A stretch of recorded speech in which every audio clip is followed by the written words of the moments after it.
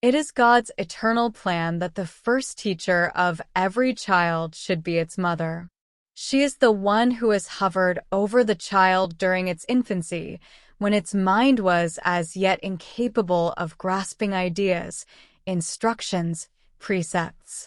She is the one who sees the first awakening of a child's mind, who hears its first questions, who becomes first aware of its thirst for knowledge. Whatever she teaches her child in the first days and weeks of its awakening consciousness and reason comes to the child surrounded by an aura of the greatest love that God has created in the world. For that reason it will be loved and it will be remembered. Thus the teaching task of a mother begins long before it is time for her child to go to school. The child is ready for its first simple ideas about God, about Jesus, about Mary, about sin and virtue, about heaven and hell, about prayer, long before it can be accepted in any school. These ideas must come from its mother, made beautiful and appealing by all the artistry of her love. Mary is the perfect teacher of all her children. Relatively few sentences that fell from her lips are actually recorded in the Bible. But every one of them contains eternal wisdom and can be the starting point of meditation that will lead a soul to surrender, like Mary, completely to God. Behold the handmaid of the Lord. Be it done unto me according to thy word. My soul doth magnify the Lord. Whatever he shall command, that do ye. From these and the other words of Mary, uttered with inexpressible love for all mankind, her children are taught the very essence of true religion and Christian character.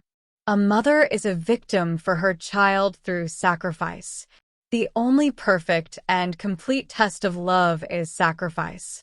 Whenever God creates or awakens love on earth, he provides opportunities for it to manifest itself by sacrifice. Whenever those who love, weary of sacrifice or renounce it, their love diminishes and ultimately dies. In a pleasure and comfort-loving age there can be no doubt that the failure of many mothers and the delinquency of many children are due in large measure to lack of sacrifice on the part of the former. There are many sacrifices that a woman cannot avoid in becoming a mother. There is sacrifice of her comfort and appearance and freedom to do what she pleases during the months when she is carrying a child in her womb. There are all the sacrifices involved in bringing forth her baby. And there are inescapable sacrifices connected with the most elementary care of a child after it is born. But a mother can draw the line in making sacrifices for her child that will leave it unconvinced of her love and deprive it of many things that it needs. As soon as possible after its birth, she can go back to what she calls a career and leave the care of the child to others.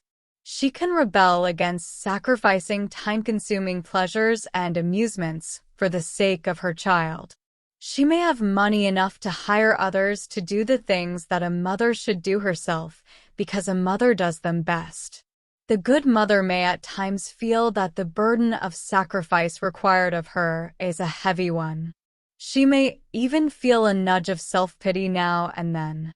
But she quickly overcomes her feelings with the realization that her sacrifices are her love in action and are accepted by God as tremendous sources of grace for her children.